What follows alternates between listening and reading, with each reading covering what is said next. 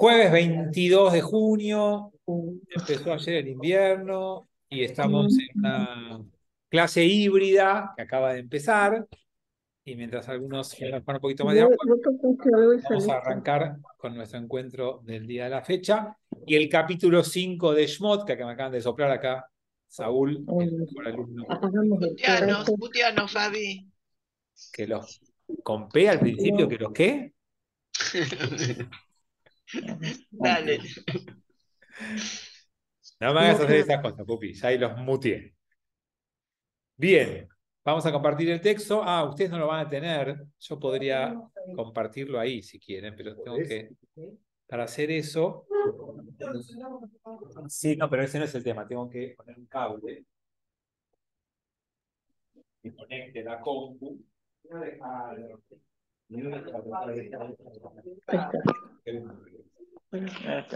Y estos no están. No, son rápido.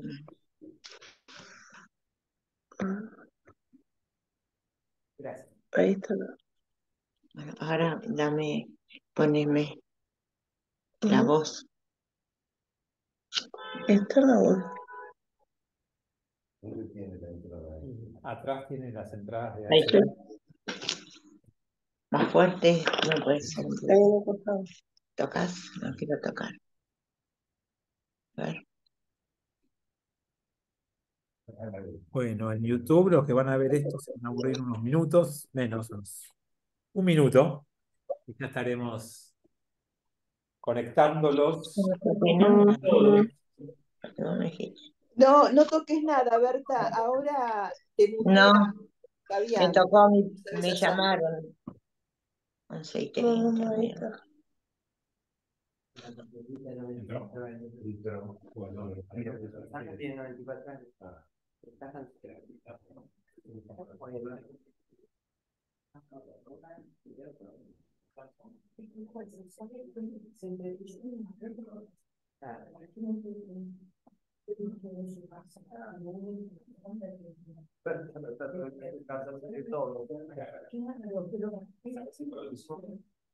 En el 1. Me dio 11:30. El miércoles tengo N1.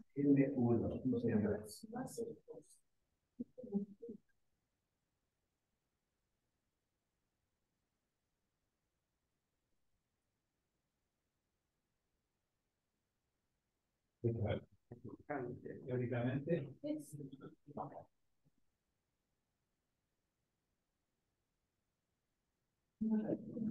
Sí, está transmitiendo porque me lo achicó en la pantalla. Pero...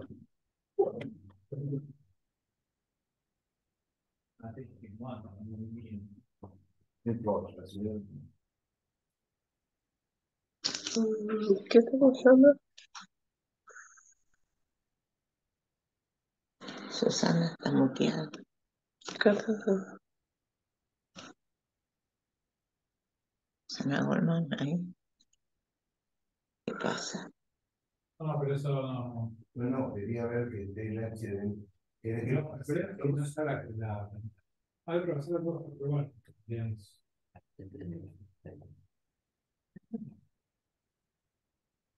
Ahí está en el HDN. ¿Qué te está llamando? El nene. ¿Sí? Está bien, Fabi, no. Deja, voluntad de... Bueno, no importa. Decí que me llamaron.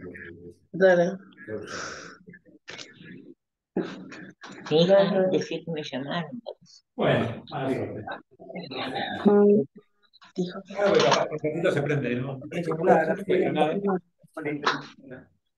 Bueno, ¿están todos ahí? ¿No se fue nadie? No, muteanos, Fabián, por favor. Bueno, vamos a volver a silenciar a todos. Bienvenidos a todos.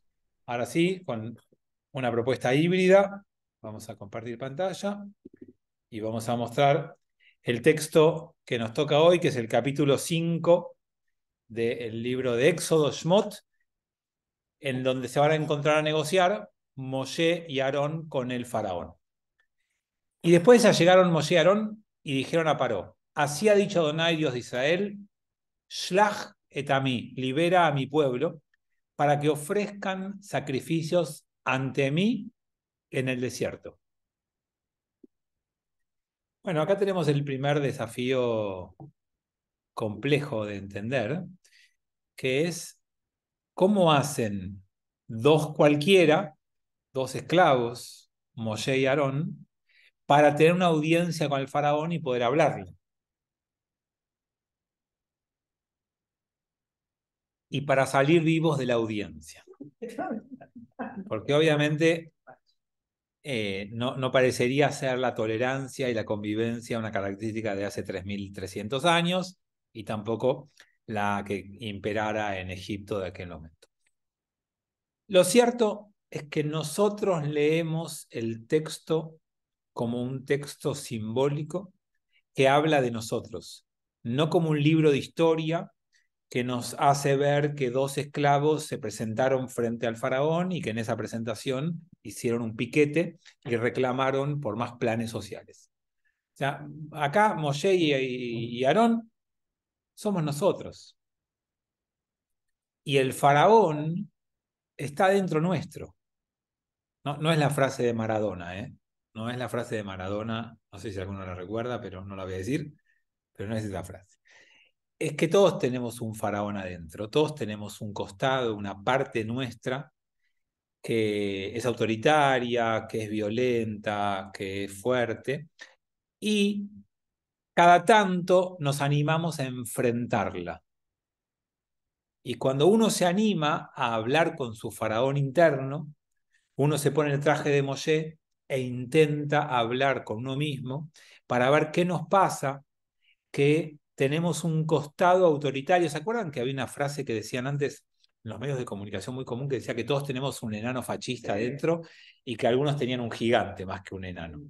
Bueno, no vamos a hablar quién tiene un gigante y quién no, pero sí que todos tenemos adentro nuestro un faraón, que lo vamos a asociar con algunas características que tiene el faraón para el pueblo hebreo en la Torá, ¿no?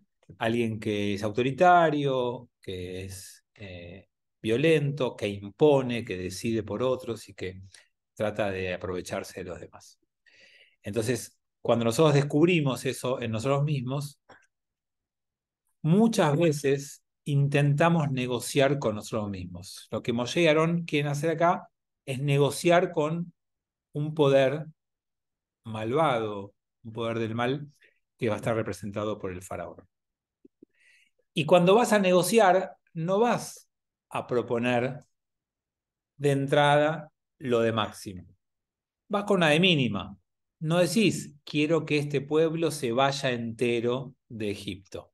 Decís, bueno, para que puedan ir al desierto y para que puedan ofrecer sacrificios ante Dios. Eso de por sí es un montón. ¿Por qué es un montón? Y bueno, porque ofrecer sacrificios ante Dios implica no reconocer a los dioses egipcios, implica salir de Egipto con el riesgo de escaparse, e implica, además de todo esto, que no van a trabajar. Están pidiendo un franco, un fin de semana largo, quieren un feriado puente, ¿no? Acá se junta, de alguna manera, lo que Moshe y Aarón de verdad están pidiendo al faraón, ¿no? Varias implicancias en contra de esto. Es como si vos tuvieras un costado que podríamos llamar faraón, que tiene en vos una actitud que cada tanto te hace ser agresivo, y vos decís, nunca más quiero gritar en mi vida. O vos decís, no me quiero enojar tanto con mis hijos. Entonces el nunca más me quiero enojar en toda mi vida es dejar salir a todos los judíos de Egipto que no sean más esclavos. Y no me quiero enojar tanto con mis hijos es, bueno, dejarnos ir a hacer un sacrificio al desierto. Es como que te pones un paso intermedio, o mucho menos que intermedio, ¿no? Te fijas un par de pasos para dar y no todo lo que estamos hablando de lo que implicaría un cambio de verdad. Entonces, cuando uno se propone pequeños cambios y piensa en su carácter, en su forma de ser, en su manera de contestar, en su actitud hacia los demás, en sus emociones, no tenés que ir por todo de entrada, porque te vas a frustrar, porque no hay manera de lograr todo eso. Entonces, siempre hay que estar dispuesto a fijarte algunos pasos que te permitan tomar confianza y dar a otros más. Y no ponerte un primer paso casi imposible de lograr. Por eso Moshe y Aarón fueron con esta primera propuesta. Dijo Paró, ¿quién es Adonai para que haya de escuchar su voz para liberar a Israel? No conozco a Adonai, ni tampoco a Israel voy a liberar.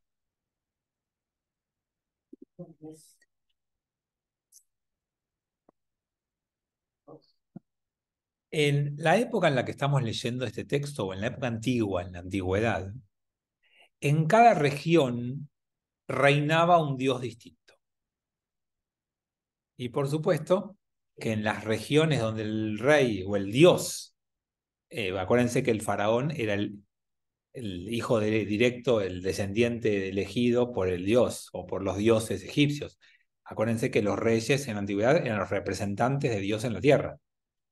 Entonces, no es como algunos políticos hoy en día, no son simplemente un funcionario de turno, son los representantes de Dios en la tierra, ¿no? Y por eso a veces creen que tienen el poder que tienen, pero bueno, ese es otro tema. Entonces, estas personas no hablan como nosotros. Hablar al faraón de que vas a rendirle culto a otro dios es despreciar a ese dios del cual el faraón es su representante directo en la tierra. Y eso es algo que es obvio que no lo va a reconocer el faraón. No hay chance de que diga, bueno, sí, vayan, ponemos una fichita en cada santo. Le rezamos una vela a cada uno de los posibles milagreros.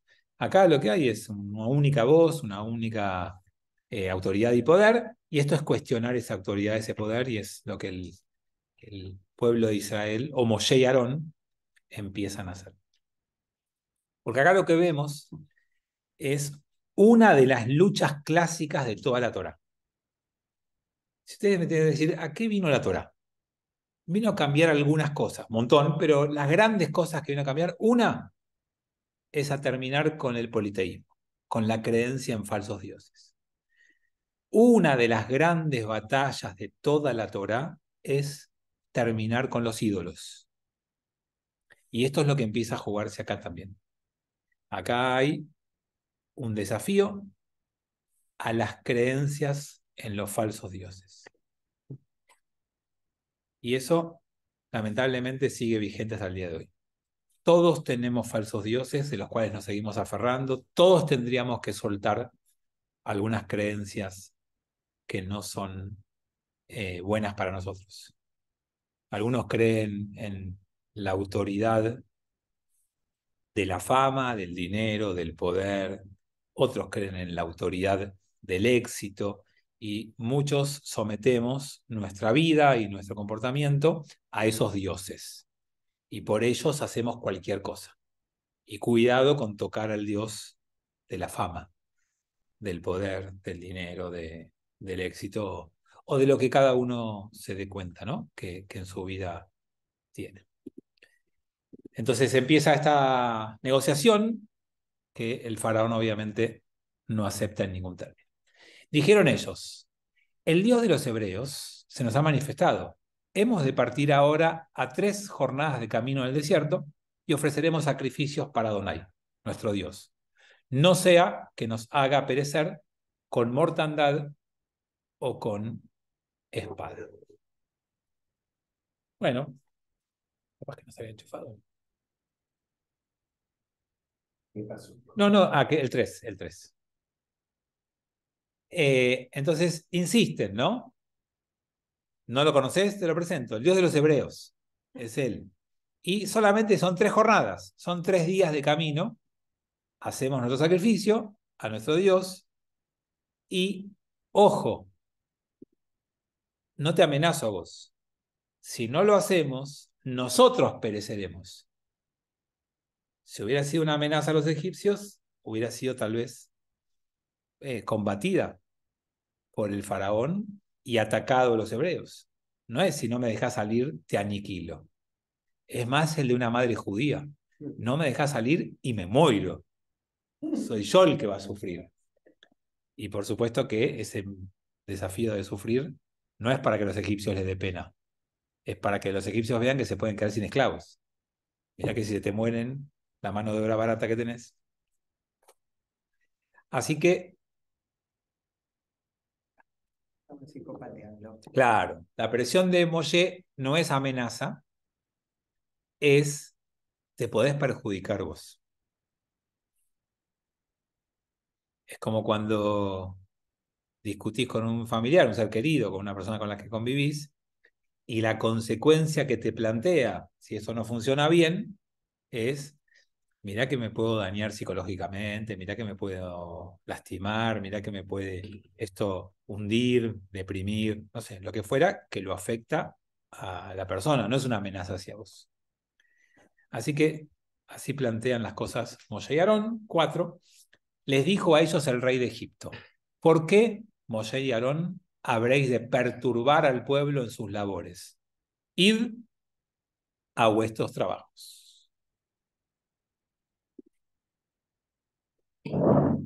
Bueno, ¿cómo? Punto final. No, bueno, ahí no termina, pero... No, pero el faraón en ese momento. Sí, le dijo, no molesten. ¿Pero a quién no molesten? No a mi faraón. No molesten a los esclavos hebreos con ideas de irse del trabajo. Cuando analizamos el perfil de los autoritarios, de los faraones o reyes o personas de poder, lo primero que vamos a encontrar es que no te dejan tiempo libre para pensar. El ideal del que domina, conduce, oprime y explota es que no se te pasen ideas de libertad por la cabeza. Hace calor, ¿no? ¿O me baja un poquito? ¿Lo apago un poco? Dale. Veo que Saúl está entrando en calor. Vamos a bajar. Entonces, lo que les decía es que cuando vos tenés tiempo, cuando vos tenés la posibilidad de pensar, podés empezar a encontrar más libertad o desafiar, ¿cómo? Claro, desafiar las ideas imperantes o descubrir nuevas maneras de ver las cosas o de entender. Por eso, amigos, cuando quieras empezar un camino de liberación, lo primero que tenés que liberar es tu agenda. Si vos estás ocupado todo el día y tenés actividad una tras de la otra, no hay muchas posibilidades. Antes de pensar en salir, tenés que poder tener tiempo para pensar, para vos, para analizar. Es muy difícil lograrlo de otra manera. Quizás por eso los modelos de dominación del mundo estuvieron hechos a base de llenar la agenda de la gente con trabajo. La reivindicación por un día libre que inventa la Torá, eso no estaba en la humanidad. El invento de la Torá de los más lindos que tiene, se llama Shabbat. Antes del Shabbat, el mundo trabajaba todos los días y no había ninguna intención de que dejen de hacerlo. ¿Por qué? Porque el tiempo libre es peligroso. Es peligroso para los que dominan y los que someten. Entonces, si vos querés hacer un cambio de verdad en tu vida, lo primero que tenés que generarte es tiempo. Es tiempo que te saque de una rutina que te tiene ocupado y imposibilitado de pensar distinto. Y entonces, quizás le suene, a mí me pasaba mucho con alguien, que no voy a nombrar, pero que hay mucha gente que está muy acostumbrada a trabajar. Y a trabajar me refiero a ocuparse todo el día. Y cuando le decís, mirá, también es bueno que en el trabajo uno tenga tiempo de planificar o de pensar o de proyectar. No, no tengo tiempo, tengo que trabajar. ¿Cómo no tengo tiempo, tengo que trabajar? ¿Y qué es? Pensar, planificar, proyectar. También es trabajar. Y por supuesto que uno descubre ahí que hay gente que no le sale bien natural y fácil eso de trabajar pensando. Y que prefieren llenarse de actividades y de tareas, aunque sean más rutinarias, porque les salen más naturalmente.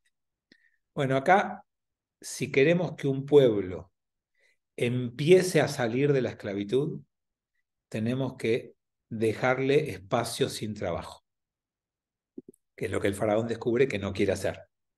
Entonces, no perturben, que vayan a trabajar, porque tiempo libre es peligroso. 5, dijo, paró.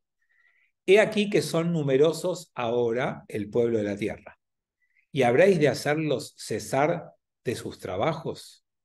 Ordenó Parón aquel día a los opresores del pueblo y a sus capataces, diciendo: no habréis de dar más paja al pueblo para hacer los ladrillos como ayer y anteayer.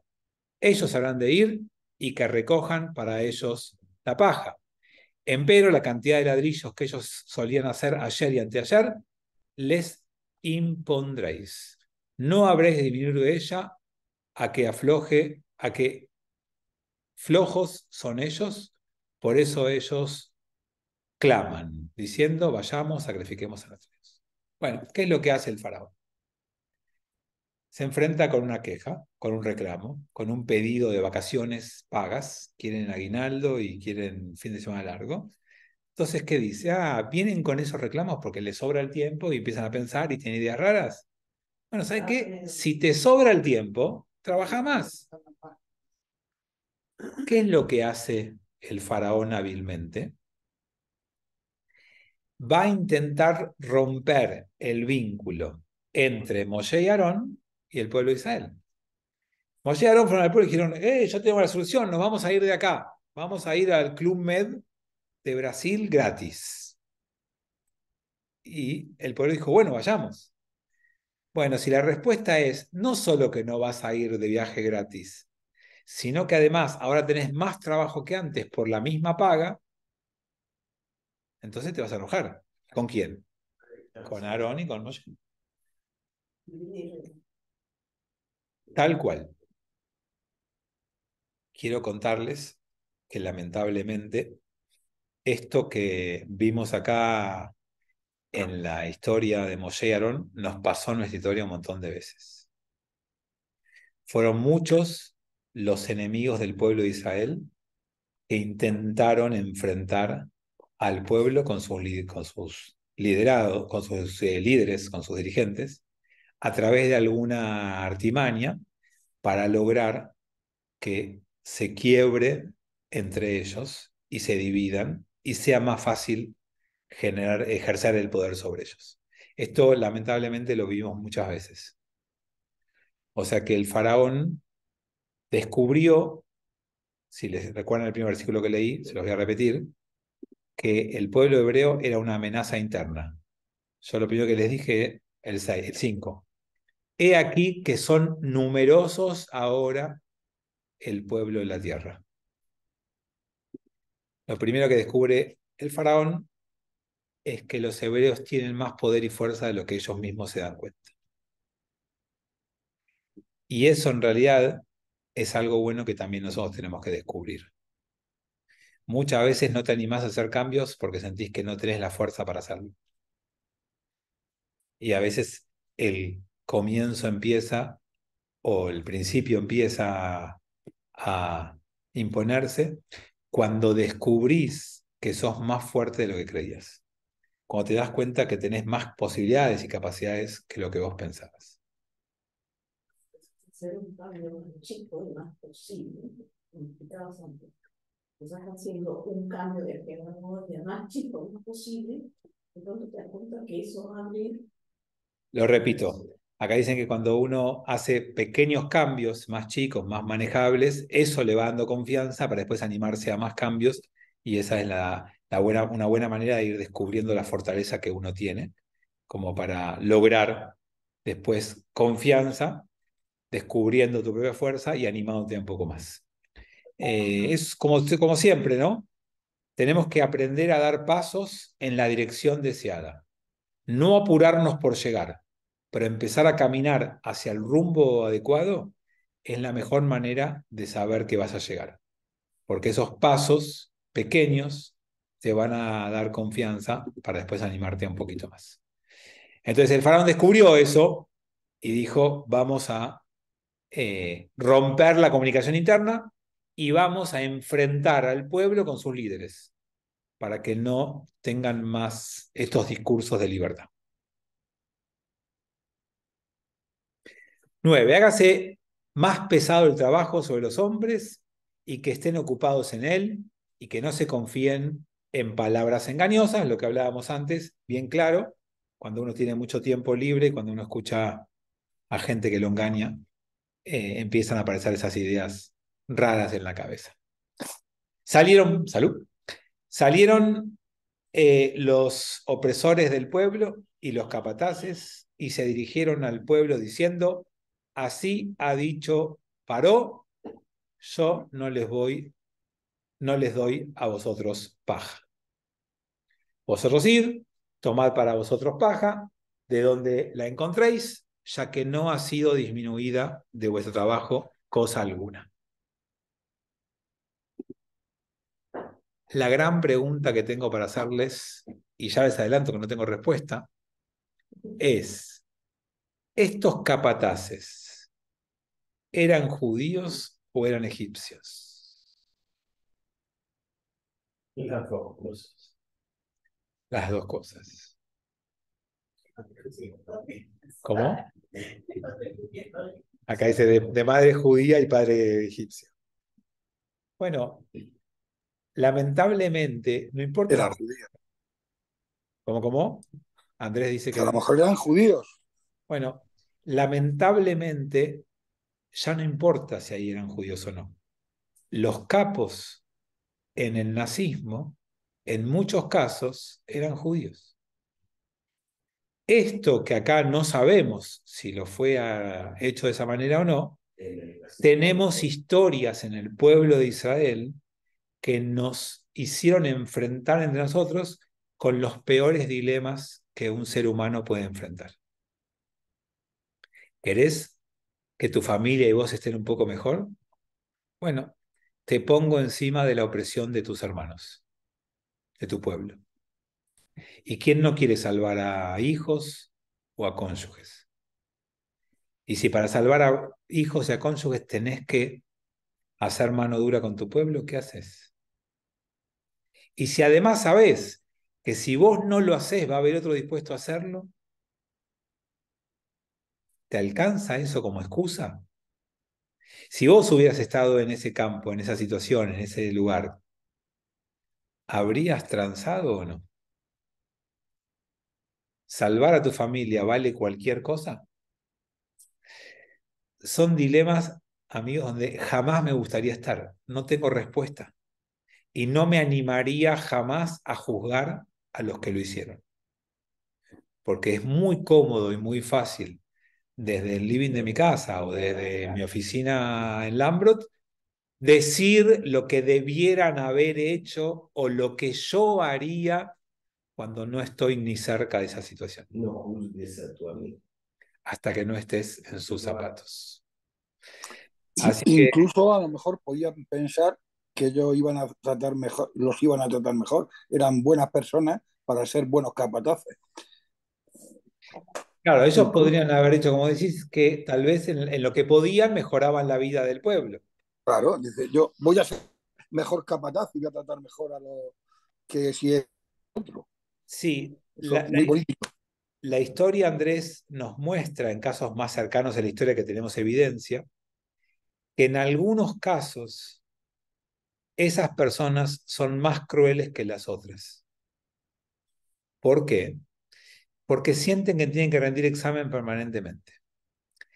Si vos sos vamos al nazismo, ¿no? Si vos sos un alemán de raza aria pura que está a cargo de un grupo de prisioneros, no le tenés que demostrar a tu jefe, a tu capitán, a tu teniente, que tenés la dureza suficiente para estar en ese puesto. Ahora, si vos sos un judío que está en ese puesto y que tu general te reconfirme en tu lugar todos los días. Aprendimos en la historia que los expuso a alguno de ellos a ser más crueles y a otros a suicidarse. Porque la presión de ese lugar generó las dos cosas.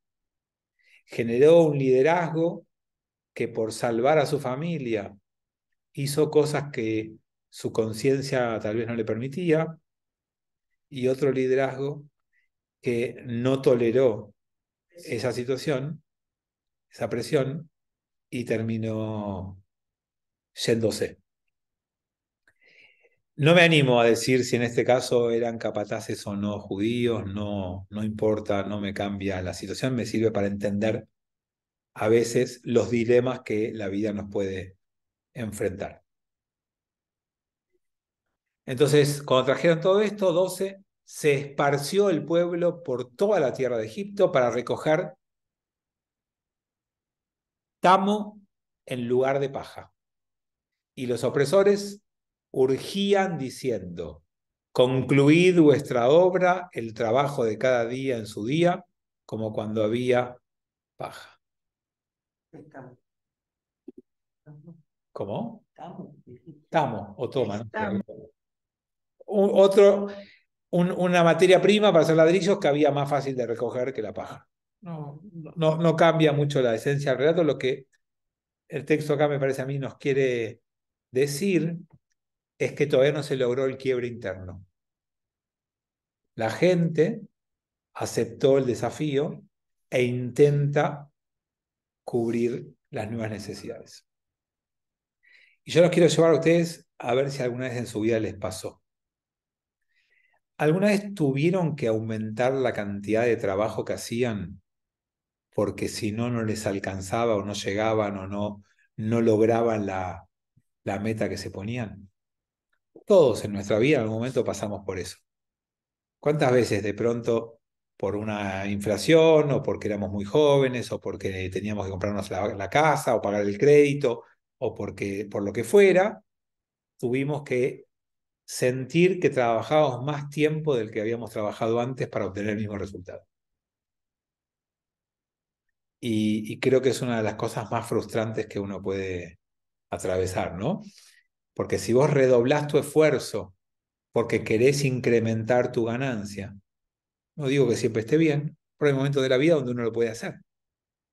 Y tiene, de alguna manera, un sentido. Digo, bueno, yo me esfuerzo, estoy en una etapa en la vida donde tengo que pensar en mis ahorros, o en pagar la casa, o en pagar el crédito, o en pagar el auto, o en las vacaciones. Yo me esfuerzo. Y tengo un resultado mayor. Ahora, esforzarte más para lo mismo, solamente los argentinos lo entendemos. A nosotros nos pasa mucho. Y eso es uno de los castigos más fuertes que pasamos. Y esa es la diferencia entre trabajador y esclavo. El esclavo, no importa lo que se esfuerce, no logra disfrutar lo que gana, mientras que el que trabaja tiene que poder disfrutar en forma proporcional al esfuerzo que hizo. Por eso nosotros tenemos que aprender a valorar esfuerzo más que resultado, o esfuerzo no solamente resultado. Y si vos te esforzás un poco más para trabajar un poco mejor y lo lográs hacer, eso te tiene que dar orgullo. Y a veces los resultados no alcanzan o no acompañan. Pero tenés que ser más indulgente con vos y decir, bueno, estoy contento porque, ¿sabes qué? Dediqué más esfuerzo. Trabajé un poco más. Me levanté un poco más temprano. Me comprometí un poco más con lo que estaba haciendo. Y eso en algunos momentos de la vida es bueno, en otros no. Nadie debe vivir de esfuerzo en esfuerzo. El esfuerzo extra es transitorio. Tiene comienzo y fin. No puede ser de por vida. No puede ser todo tu tiempo de trabajo. Bueno, hicieron el esfuerzo, empero fueron golpeados los capataces de los hijos de Israel, los que habían asignado sobre ellos los opresores de Paró, diciendo, ¿por qué no habéis concluido vuestra cantidad asignada de ladrillos como ayer y anteayer? Ni ayer, ni tampoco hoy. O sea, amigos, que había algunos capataces que eran hebreos. Fin del misterio. Y los capataces fueron los primeros en ser golpeados, que eran los que tenían a su pueblo a cargo. Imagínense con cuánta bronca habrán reaccionado o no, y cómo hacemos nosotros a veces para transferir. Entonces ahora quiero hablar un poquito de eso, pero hay un chat que no vi. Ah, como los capos, que hablábamos antes. Sí. Pensemos algo. ¿Cuántas veces la opresión en el trabajo te lleva a oprimir a tus seres queridos como venganza? ¿Cuántas veces llegás a tu casa, te agarró un piquete, te hizo perder 2 horas, te pusiste nervioso, entraste y te desquitás con el primero que te saluda en tu casa? ¿Cuántas veces discutiste con un amigo, te peleaste con otra persona y toda esa frustración la volcás a los que te quieren? Bueno, ese es el dilema que tenían los capataces. El faraón les redobló el trabajo y les exigió los mismos resultados. No pueden. Si hasta ahora podían producir una cantidad con la materia prima dada, si hay que salir a buscar la materia prima, va a bajar la cantidad. Bajó la cantidad y fueron golpeados. ¿Qué haces? ¿Vas y golpeás a los demás? Bueno, si bien es la actitud más común, no sirve de absolutamente nada. ¿Qué ganás? Es una falsa ilusión. Golpear a otro porque me golpearon a mí no me quita el dolor. Y en muchos casos cerrados te da una falsa autoestima curada. No soy solamente el que me pegaron. Yo también sé pegar. Como si fuera un mérito o algo que me devolvería mi... Está mal la palabra, ¿no? Me sale mi hombría de bien, que hoy está mal usada, pero sería mi dignidad, ahora sí. Cuando me pegaron, me la quitaron. Cuando me vengué, cuando pegué, cuando transferí, la recupero. Mentira, absolutamente mentira. Pero a veces uno se engaña y entra en esos juegos. Acá están queriendo generar esos conflictos internos, que transfieran, que ellos también se desquiten y que eso los enfrente entre ellos. Si mi camino es otro, tampoco es siempre tan fácil racionalizar. Beatriz, algo clave. Uno racionaliza cuando piensa y lee textos. En la vida es difícil. Por eso, una vida espiritual implica reflexión permanente que te conecte tu vida con tu estudio, con tu vida con tu estudio, tu reflexión con tu decisión, tu acto cotidiano con tu manera de pensar. Ese ejercicio es la vida espiritual. No es aislarse en una montaña a tomar decisiones espirituales o a tener experiencias espirituales, sino es entrar y salir y que un campo afecte al otro. Es el ir y venir, te repito porque no escuchan, sino que es la dinámica de la vida, tal cual. Entonces el 15, ya llegaron los capataces de los hijos de Israel y gritaron a Paró diciendo, ¿por qué has de hacer así a tus servidores? Paja no es dada a tus servidores, empero ladrillos nos dicen haced. Y he aquí que tus servidores son golpeados y pecado es para tu pueblo. ¿Se acuerdan cuando hablamos de qué eran los ladrillos? ¿Qué simbolizaban los ladrillos? ¿Alguno recuerda? Yo les conté que había 2 relatos en la Torá que hablaban de ladrillos y que ese era uno. ¿Cuál era el otro? ¿Quién se acuerda? ¿Qué simbolizaba el ladrillo? ¿Alguno recuerda? Bueno, se los recuerdo. Yo sé que ustedes se lo acuerdan, pero son humildes. Son humildes y no quieren decir. Que no se construyan el Mishkan con ladrillos de barro. ¿Sino con qué, Armando? ¿Cómo? Con piedras diferentes. Muy bien. Los ladrillos son símbolos de uniformidad, de autoritarismo para que salgan todos iguales. La piedra son todas distintas. Hay 2 experiencias de ladrillo en la Torá, solo 2, la Torre de Babel y acá, en la esclavitud en Egipto. Y acuérdense que la Torre de Babel fue castigada porque todos querían un objetivo que era llegar a Dios y ocupar el lugar de Dios. Y eso los hacía todos iguales atrás de un objetivo ficticio. Y acá lo mismo, todos iguales, obligados por un faraón a construir algo en conjunto. La vida es construir entre piedras. Vos sos una piedra y yo soy otra. Nunca vamos a encajar perfecto, porque tenemos imperfecciones. Pero tenemos que aprender a apoyarnos unos a otros y sostener con nuestras diferencias una construcción sólida. Es el desafío de vida de la Torá. Ladrillos, sí, son todos igualitos, son todos perfectos y encajan perfectamente, pero no son reales. Esa no es la vida. Pero de hecho, en ese momento y con esa tecnología, una tecnología así, hay forma artesanal, en realidad tampoco son. Sí, porque haces un molde y lo repetís. Sí, sí, el tema de los moldes, sí, y si no es histórico, no importa, no te preocupes porque no es un libro histórico. Pero la idea es un molde que reproduzca lo más parecido posible las reproducciones, que es lo que quiere un dictador, ¿no? Acuérdense, ustedes son de la época de Pink Floyd. ¿Les gustaba Pink Floyd? Acuérdense con The Wall. ¿Qué es The Wall?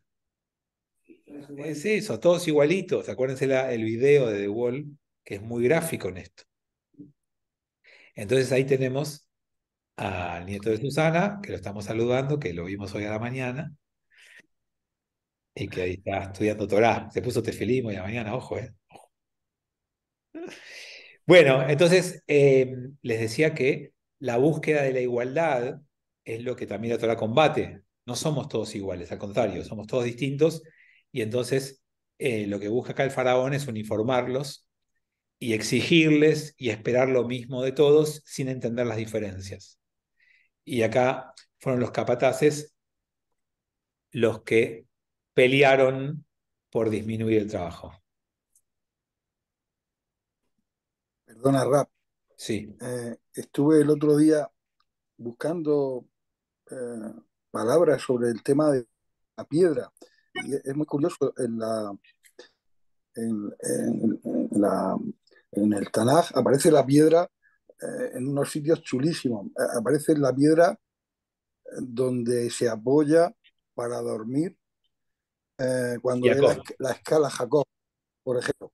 Pone una piedra cuando entran a la tierra prometida, sacan 12 piedras del río. Ponen luego la piedra para delimitar la tierra que Dios les da. O sea que el tema de la piedra tiene muchísimas cosas chulísimas. Luego las piedras que lleva el sumo sacerdote. Que está, Las que ponemos en la quería tumba. comentar, sí, las piedras que se ponen en la tumba. No recuerdo. Les agrego algo más a esto. Es muy bonito. Gracias. Es muy bonito todo el tema este de la piedra, y me lo he recordado porque estuve yo buscando citas de piedra, sobre piedra. Bueno, les agrego algo más. Está muy bueno lo que traes, Andrés. Y es el tema de cómo se dice piedra en hebreo. Acá Saúl dice Eben. Y si lo ven en hebreo, es Ab-Ben, padre-hijo. O sea que la piedra tiene la solidez de la transmisión, tiene la continuidad. Por eso dejamos piedras en el cementerio. Porque cuando uno va al cementerio a recordar a un ser querido, lo que uno está haciendo es afirmando la fortaleza del sentimiento y afirmando la continuidad. Y el símbolo de la continuidad es de padre a hijo, ¿no? Es como la excelencia de la continuidad. Entonces, la piedra tiene un simbolismo maravilloso, hermoso, y en cada uno de los lugares que vos nombraste se puede aprender un montón de la piedra que toma Jacob para poner su cabeza y de todas las piedras que aparecen en la Torá. Siempre hay muchas enseñanzas lindas para sacar. Y acá tenemos el ejemplo contrario, ¿no? Que el ladrillo para mí en la Torá es el opuesto a la piedra. Bueno, no me acuerdo hasta cuál leí y analicé, pero vamos al 18. Y ahora ahí trabajad y paja no se la da a vosotros, obviamente tienen que cumplir con la entrega. 19, y se vieron los capataces de los hijos de Israel a ellos mismos en mal al decir: no habréis de disminuir de vuestros ladrillos el trabajo de cada día en su día.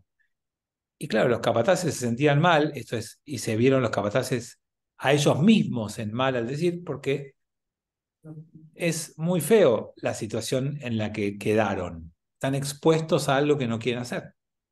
Encontraron ellos a Moshe y a Aarón de pie ante ellos cuando salían de ante el Paró, de Paró. Les dijeron a ellos: se manifieste Adonai ante vosotros y os juzgue, ya que nos habéis deteriorado a nosotros a ojos de Paró y a ojos de sus servidores, poniendo espada en su mano para matarnos. Y el problema es que terminamos temiendo a nuestros opresores y queriendo caerles bien. Moshe y Aarón nos hicieron quedar mal a los ojos del faraón, quien te esclaviza. ¿Cómo puede ser que te preocupe que estás quedando mal a los ojos del faraón? Por supuesto que hay una conclusión concreta, y es que están mal justamente porque tienen más trabajo. Pero ¿quién quiere quedar bien a los ojos de su opresor? Quien está demasiado sometido, quien todavía tiene mente de esclavo. Los hebreos todavía no están listos para salir, como a veces nos pasa a nosotros, que queremos dejar ciertas situaciones atrás, pero no estamos listos para ello.